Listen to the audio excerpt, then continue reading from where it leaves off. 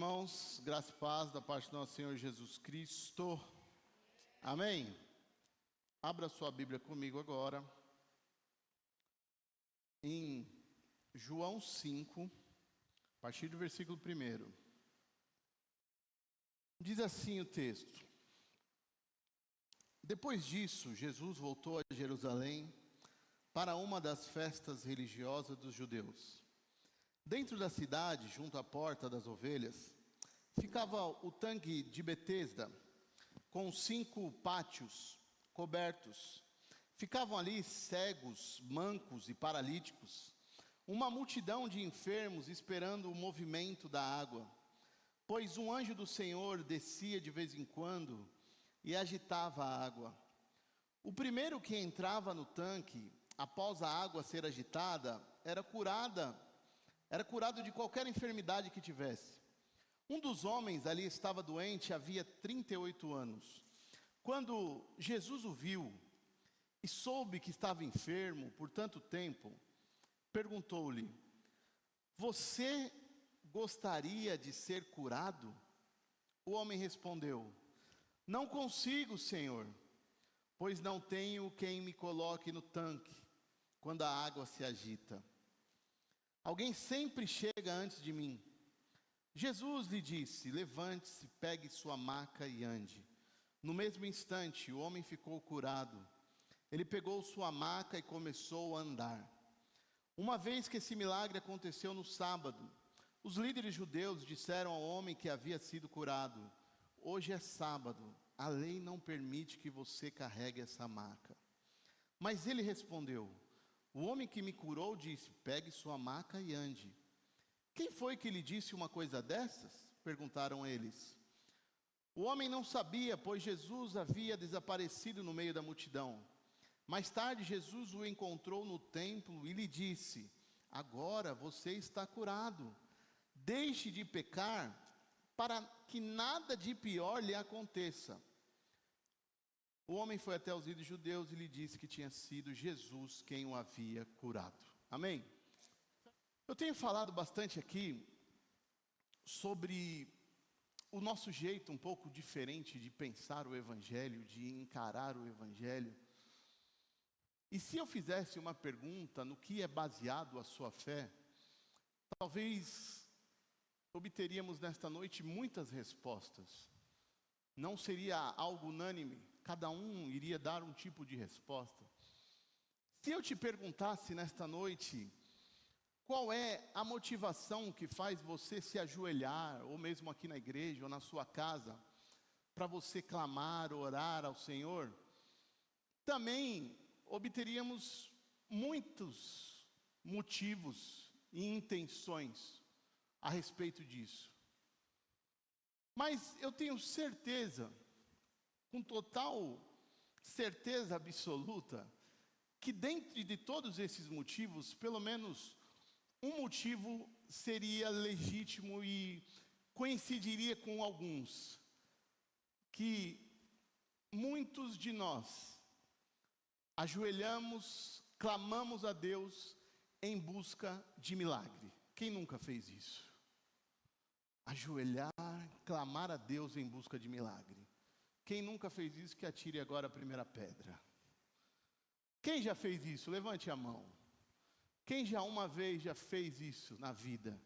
Ajoelhou pedindo a Deus: eu preciso de um milagre.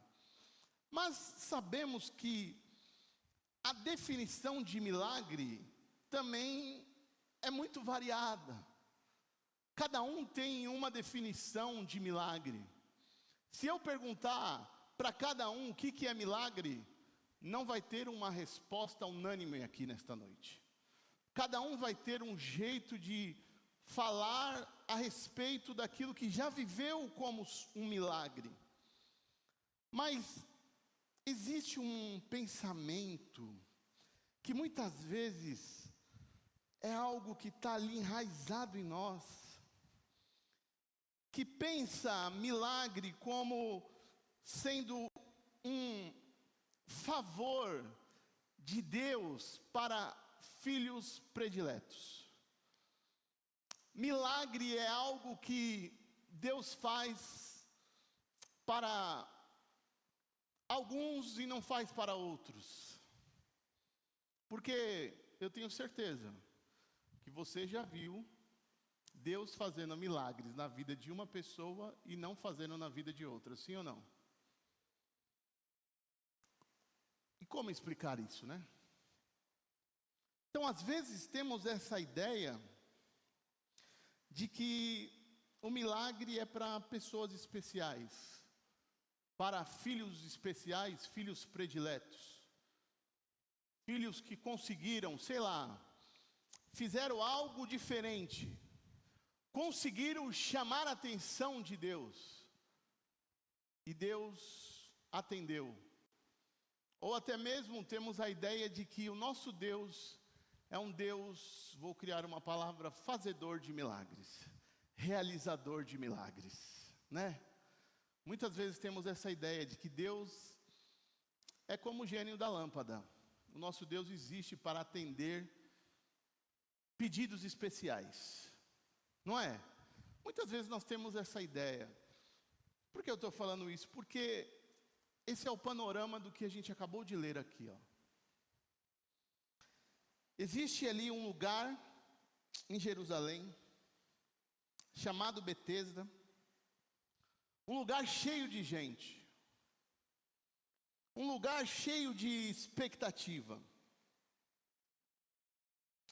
Ali viviam cegos, mancos, paralíticos, uma multidão de enfermos,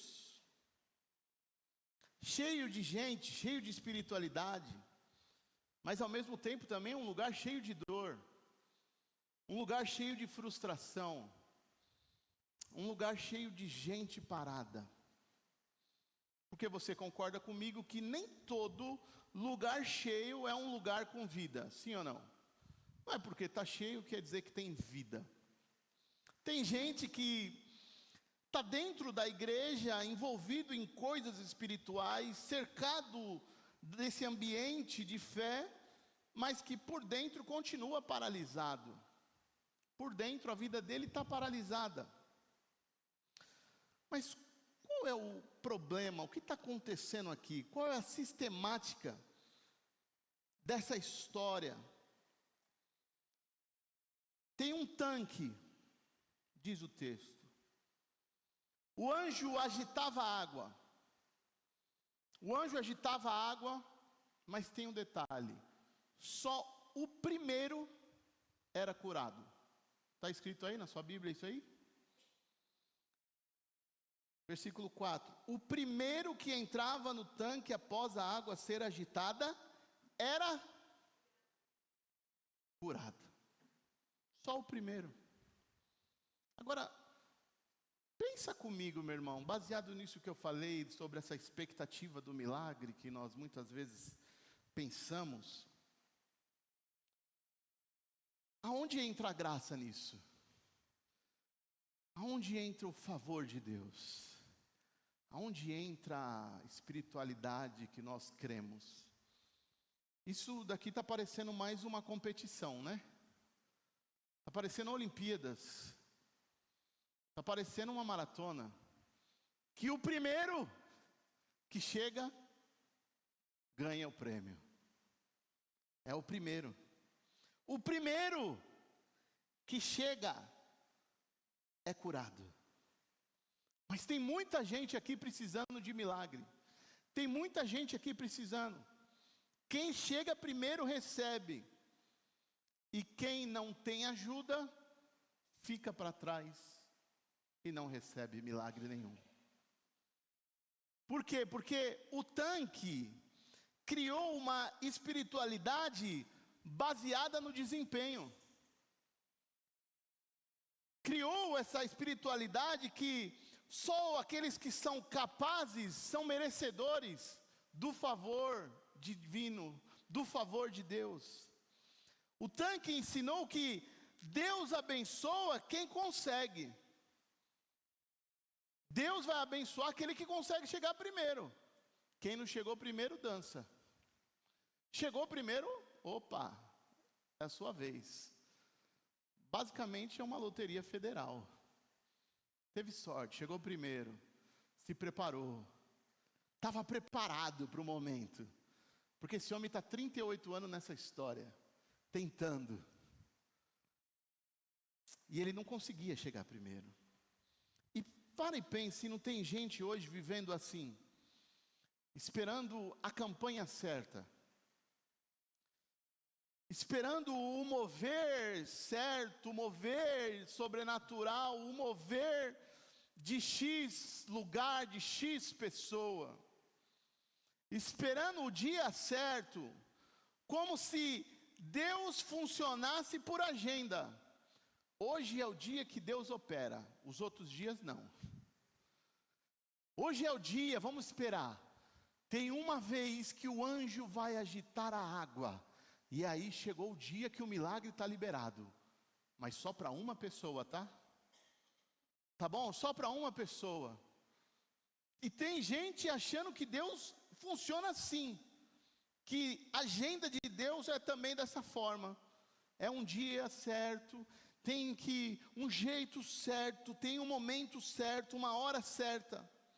Mas graças a Deus que Jesus entrou na história. Você deu um glória a Deus muito fraco para isso. Graças a Deus que Jesus entrou na história. E ele ignorou completamente o tanque. Ele não teve nem aí para o tanque. Mas ao mesmo tempo que Jesus entra na história, do outro lado dessa história tem uma pessoa que está 38 anos com uma mente totalmente acostumada a essa situação. Tem uma mente de um paralítico. Tem uma mente que foi ao longo do tempo sendo criada, evoluída, baseado nisso. Tem uma mentalidade de um paralítico. Porque Jesus chegou para esse homem no versículo 6 e falou: quando Jesus o viu e soube que estava enfermo por tanto tempo, perguntou, o que ele perguntou? O que ele perguntou, meu irmão? Qual seria a sua resposta? Se coloca no lugar do paralítico. Qual seria a sua resposta? Para ontem. Ô Senhor, eu quero ser curado, lógico que eu quero. Mas qual foi a resposta desse homem? Não consigo, Senhor. Em outras traduções, não tenho ninguém. Não consigo, pois não tenho quem me coloque no tanque. Esse homem respondeu à pergunta de Jesus. Jesus perguntou para ele: você tem alguém para te colocar no tanque? Não, Jesus perguntou o que para ele? Você quer ser curado? Esse homem responde o que Jesus perguntou? Não. Ele não responde. Por quê? Porque tem uma mente há 38 anos dentro de uma religiosidade, dentro de uma sistemática. Põe aí para mim o tema da mensagem. Dentro de um sistema religioso, aonde tem o dia certo, a hora certa, que o anjo vai passar, vai mover a água, e quem chegar primeiro, recebe o favor de Deus. E Jesus chega nessa história. Jesus entra, dá a oportunidade para esse homem, falou: você quer ser curado? Mas esse homem está tão preso a esse sistema, a essa sistemática, que ele não entende o que está acontecendo. Esse homem está preso, esse homem está ali, paralisado. Ele não responde à pergunta de Jesus, porque ele tenta explicar a situação. E o que isso nos mostra? O que isso vai revelar? Aquela mentalidade de vítima, né? O vitimismo. Eu até queria, Senhor, mas não tem ninguém para me ajudar. Oh Senhor, como eu queria, mas não tem ninguém para me ajudar. O que isso vai revelar? Uma dependência dos outros. Porque esse homem, meu irmão, não dependia só de pessoas para levar ele para o tanque. Dependia de pessoas para tudo. Ele era paralítico. Pensa na vida desse homem. Há 38 anos, dependendo da pessoa. Então ele está tão acostumado a depender dos outros, que ele só pensou: peraí, chegou alguém que vai conseguir me levar às águas no momento certo, na hora certa. Ele está acostumado a depender dos outros. E o pior de tudo, esse homem está numa prisão emocional. A maior prisão desse homem não era a paralisia nas suas pernas, mas era a paralisia na sua mente. A sua mente já tinha paralisado. Ele não estava precisando de um milagre só no corpo. Ele estava precisando principalmente de uma libertação na forma de pensar. Porque quando Jesus chega para ele e quer ser curado, ele não entende, porque a sua mente está paralisada. Ele fala, peraí, não tem ninguém para me ajudar. Ele não fala, eu quero ser curado. Não, ele fala, não tem ninguém para me ajudar. Tudo eu, pobre de mim, tudo acontece comigo. Ai, eu sou vítima. Ele não estava, meu irmão, preso só nessa doença. Ele estava preso numa narrativa que ele mesmo criou sobre ele. E tem gente, meu irmão, que se especializou em explicar o porquê que não muda. Tem gente que está especialista em dar explicações do porquê que a vida dele continua do mesmo jeito. Tem gente que não precisa de mais conselho, está precisando de um confronto. Porque enquanto você explica, a sua vida continua no mesmo lugar. Enquanto você continua explicando, falando, Senhor, não tem ninguém para me colocar ali, não vai mudar a sua vida. A sua vida vai continuar no mesmo lugar. Quantas vezes, meu irmão, você sabe o que precisa fazer, mas prefere justificar o porquê não fez? Você sabe o que tem que fazer, mas você gasta o seu tempo em justificando o porquê que não fez. Então, o problema não é a falta de milagre, é o excesso de desculpa. Você dá muita desculpa. Mas Jesus chegou na história, aleluias. E Jesus veio para quebrar o ciclo. Porque o que Jesus faz? Jesus pegou na mão dele, diz o texto, Jesus pegou na mão dele, levou até o tanque, e Jesus melhorou o sistema. Foi isso que Jesus fez? Foi isso que Jesus fez, meu irmão? O que Jesus falou para esse homem? Levante-se, pegue a sua maca e ande. Jesus não poderia falar assim, peraí, nós estamos dentro de um sistema. A sistemática até hoje foi assim, não foi?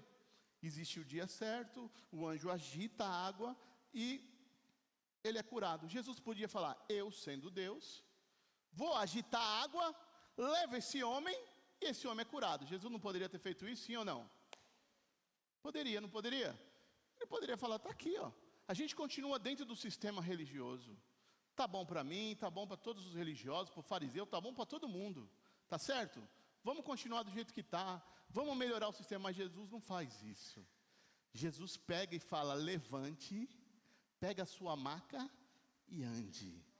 Pegue a sua maca e ande. E cada etapa tem uma explicação.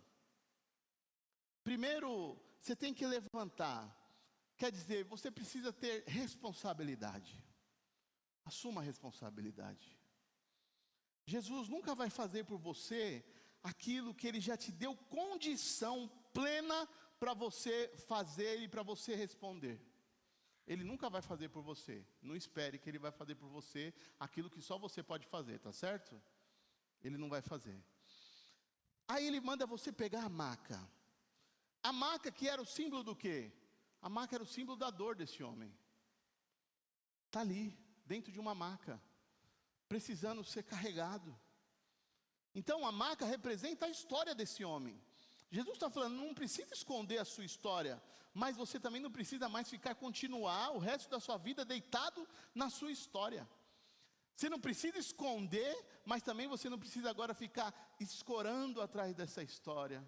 Senhor, até que eu queria, mas não tem ninguém. Levanta, pega a maca. Levanta, pega a maca. E você faz o quê?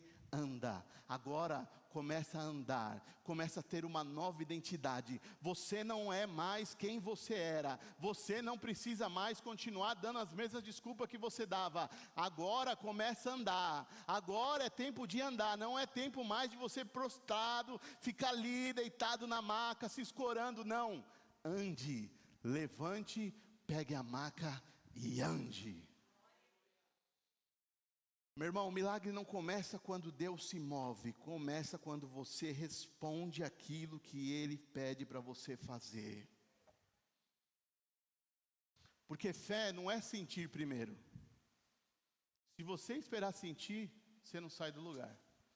Fé não é sentir primeiro, é obedecer primeiro. Primeiro você obedece, e aí você vê as coisas acontecendo. Se você esperar sentir, ixi, vai morrer esperando, filho. Você vai morrer esperando. Não espera não. O que Jesus está dizendo, meu irmão? Chega de esperar o ambiente perfeito. Chega de depender dos outros. Chega de viver limitado pelo que aconteceu. Chega de se escorar atrás de uma doença, atrás de uma condição, atrás de uma história. Chega.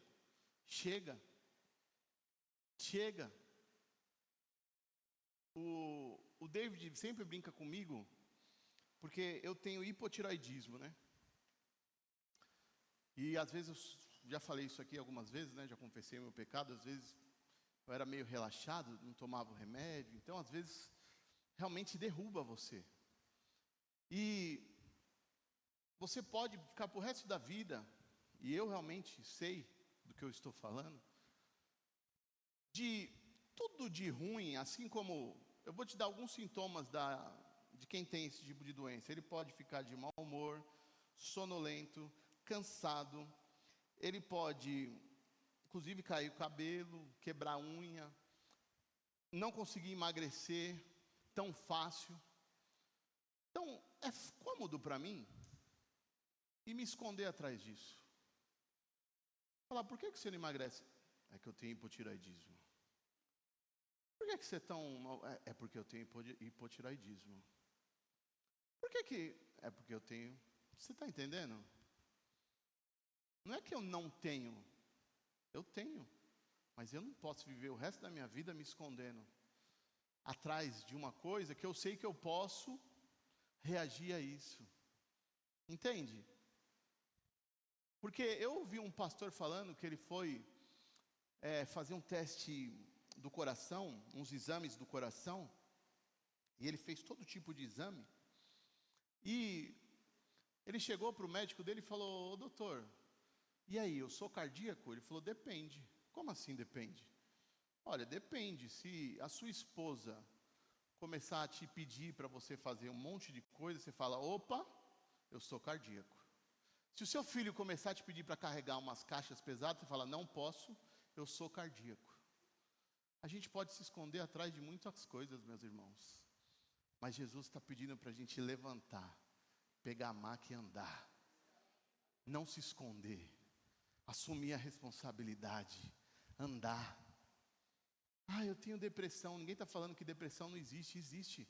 Mas tem pessoas que se acostumaram com isso. Coloca isso na cabeça e fica com isso. Eu tenho depressão. Você não conhece, eu tenho depressão. Meu irmão, todo mundo tem uma história, todo mundo tem motivo, todo mundo. Se a gente for contar a nossa história triste aqui, a gente sai daqui, meu irmão, com cara de velório. Porque todo mundo aqui tem uma história triste, sim ou não? Todo mundo aqui tem história triste. Se eu contar a minha história, se você contar a sua história, tem pessoas aqui que já passaram por coisas inimagináveis. Triste mesmo. Mas a nossa vida vai parar. A gente vai viver 38 anos esperando o dia certo, a hora certa para a gente mudar. Não, Jesus está falando, levanta, pega a sua maca e começa a andar. Só que, meu irmão, olha bem o que acontece, olha o perigo, por isso que eu estou falando. Tem o perigo, quando a gente bate nessa tecla, que a gente tem uma maneira diferente de pensar. É porque assim, não é porque a gente quer ser melhor que ninguém, e não é porque a gente como que eu posso dizer? Não é porque a gente é melhor ou sabichões, é porque tem um perigo de viver na religiosidade, sabia? Tem um grande perigo, é nocivo. Quem vive na religiosidade, realmente, sabe, está sofrendo, está correndo grande risco. Porque, olha o que acontece, meu irmão. Lembrando que Jesus, né, o título diz, Jesus cura o homem no sábado. No versículo 10 diz, não, vamos 9. No mesmo instante o homem ficou curado, glória a Deus. Amém? Vamos junto da história. No mesmo instante o homem ficou curado. O que toda a igreja deveria fazer? Glória a Deus, aleluia, todo mundo, glória a Deus. Mas olha o que acontece. Um detalhinho, uma vez que esse milagre acontece no sábado, versículo 10. Os líderes judeus disseram ao homem que havia sido curado: hoje é sábado. E aí o que continua? A lei não permite que você carregue essa maca. Meu irmão, o homem acabou de ser curado, 38 anos, numa vida miserável, numa vida dependendo dos outros, numa mente paralisada, 38 anos. Aí sabe o que o religioso faz? Para, pode parar, João Kleber, para. Volta para lá, volta para onde você estava, pega a maca, continua deitado lá. Sabe por quê? Ia ser até bom que você fosse curado, mas aqui no nosso sistema, dentro da religiosidade nossa, hoje não é o dia certo para você ser curado. Então volta para lá. Aí quem sabe na segunda-feira, esse Jesus que você falou que te curou, ele volta lá e ele cura você de novo. Ou se não, volta lá, você foi curado, mas continua pelo menos sábado e domingo deitado na maca. Aí na segunda-feira você está liberado para você sair. É isso que o sistema faz. É isso que a religiosidade faz. Você não pode carregar a maca. Depois de 38 anos dentro dessa condição, eles não conseguem enxergar a bênção, eles conseguem enxergar o quê? A maca. Mais importante é a maca do que um homem que foi curado. Você está entendendo por que é perigoso viver dentro da religiosidade? Quem está entendendo diz um glória a Deus aí. Meu irmão, porque a religiosidade não celebra a transformação. Pelo contrário, ela fica fiscalizando o comportamento. Opa, deixa eu ver se foi feito da maneira certa. Deixa eu ver se foi feito na igreja certa. Deixa eu ver se teve a oferta certa. Ah, será que você deu certinho? Olha, pagou.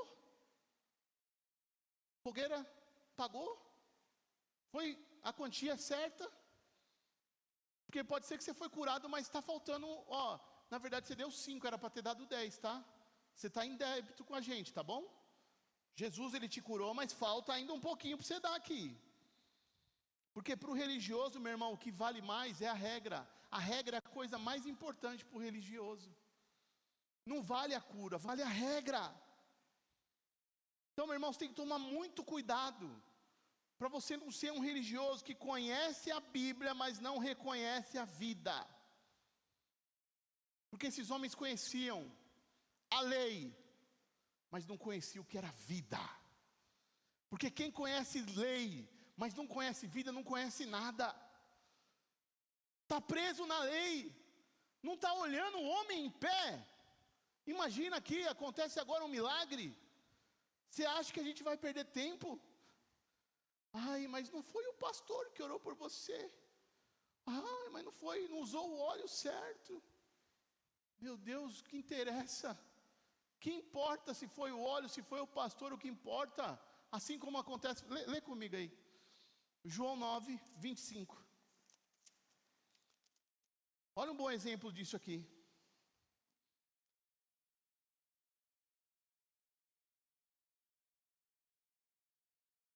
Não sei se ele é pecador, respondeu o homem, mas uma coisa eu sei, eu era cego e agora eu vejo. Eu quero saber se esse homem que me curou é pecador. Eu quero saber se foi eu que pequei, se foi meus pais, porque o contexto é esse. Questionaram, por que esse homem é cego? Quem pecou? Foi o pai? Foi a mãe? Foi o avô? Quem foi? É ele? O que aconteceu? Aí Jesus encontra e cura esse homem. E fala, não, mas espera aí, esse homem que te curou é um pecador, hein? Ele falou, eu não quero saber se ele é pecador. Eu só sei de uma coisa, eu era cego e agora eu vejo. Eu não estou nem aí para vocês, eu não estou nem aí para a religiosidade de vocês. Eu não quero nem saber, eu só sei de uma coisa, eu não enxergava nada e agora eu estou vendo. Agora eu estou vendo. Pouco me importa essa religiosidade. Pega essa religiosidade e vai para o quinto dos infernos. Com essa religiosidade, porque é de lá que vocês vieram. Porque quem é o cara que vai ficar triste com essa história? Quem é o cara que não vai celebrar uma cura? Quem é, meu irmão? Satanás. Você acha que o diabo vai ficar feliz? Você acha que o diabo vai ficar feliz? Opa, cuidado, hein? Esse homem é pecador. Cuidado, hein? Você foi curado aí, mas hoje não pode carregar maca. Olha, eu não quero saber, eu só sei de uma coisa, eu era cego, estou vendo, eu estou 38 anos aqui, parado, esperando alguém, e vocês, os infelizes, que estão aí, criticando, nenhum de vocês teve coragem, de pelo menos me colocar no tanque, dentro do sistema de vocês, não tiveram a capacidade, agora que vocês estão vendo que eu fui curado, vocês colocam um impedimento falando, não, você não poderia andar com uma maca no sábado. Cuidado, meu irmão, com religiosidade, cuidado. O corpo foi restaurado, meu irmão. O corpo desse homem foi restaurado. Então você precisa entender outra coisa. Outro detalhe desse texto. Jesus encontra com ele depois, né? E fala para ele. Mais tarde, no versículo 14, Jesus o encontrou no templo e lhe disse: agora você está curado, deixe de pecar, para que nada pior lhe aconteça. Deixe de pecar. Porque esse homem foi curado, mas ainda ele precisava mudar. Como eu disse, são 38 anos numa mentalidade paralisada. São 38 anos achando que era daquela forma, daquele jeito. São 38 anos vivendo dessa maneira, acreditando nessas mentiras. E Jesus olha para esse homem e fala, cuidado, para que algo pior não aconteça. Sabe por quê? Se você querer voltar a viver e acreditar nessas mentiras, pode acontecer coisa pior. Você pode voltar a ficar paralisado lá, a não sair do seu lugar, e a sua situação pode piorar muito mais. Cuidado.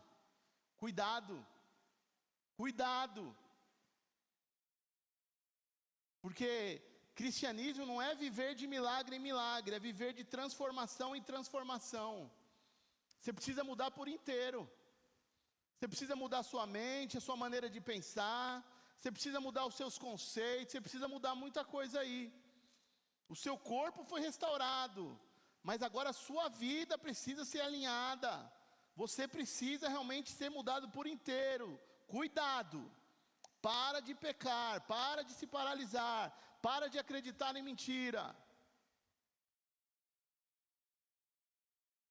Então, meu irmão, hoje, Jesus não está perguntando para mim e para você sobre a água, sobre o movimento, sobre o anjo que vem dia sim, dia certo. Mas o que ele está querendo falar para mim e para você é para a gente se levantar. Levanta da sua acomodação. Levanta das suas desculpas. Levanta da sua dependência emocional. Levanta desse ciclo repetitivo. E comece a ouvir a voz dele, comece agora a andar na direção dele, da voz dele. Comece agora a andar em direção à responsabilidade, em direção àquilo que você tem evitado por tanto tempo. Você está evitando, se escondendo atrás disso, de uma condição. Comece a andar em direção àquela mudança que você está adiando, que você sabe que você precisa mudar, mas você vai adiando. Sabe, assim como aquelas dietas que a gente fala, segunda-feira eu começo, e vai segunda, e passa ano, vai ano, e nessa segunda nunca chega. Pare de adiar. Comece a andar. Comece a andar em direção a uma nova identidade. Assuma a identidade de Cristo. Assume quem você é em Cristo, meu irmão. Quem você é em Cristo. Você tem capacidade. Você tem a identidade de Cristo. Cristo morreu por você. Te deu uma nova vida, te deu uma nova chance, te deu um novo nome, te deu uma nova história. Você não canta isso? Quantos já cantaram? Uma nova história Deus tem para mim. Você não tem vergonha de cantar isso? Olha, eu lembro, meu irmão, que essa música fez parte da minha vida. Quando eu fui chamado de volta para o caminho do Senhor, eu cantava essa música e eu chorava. Eu chorava, meu irmão, porque eu entendi. Deus tem uma nova história para mim. Eu sei de onde Ele me tirou. Uma nova história Ele tem para mim. Um novo tempo Ele tem para mim. Ele tem uma nova história para você. Você precisa andar nessa direção. Chega de dar explicação. Chega de explicação. Chega. Não é tempo mais de você contar mais uma vez a sua história. Sabe o que é? É que você não conhece a minha história. Não, eu não conheço, nem quero conhecer. Sabe por quê? Porque Jesus conhece a sua história. Ele sabe a sua história do começo ao fim. E tem algo mais. Ele tem uma nova história para você. Você está entendendo? Tem uma nova história. Ele conhece toda a sua história. Eu posso conhecer a sua história, posso me sensibilizar da sua história, mas não vou fazer nada por você. Eu não tenho poder para isso.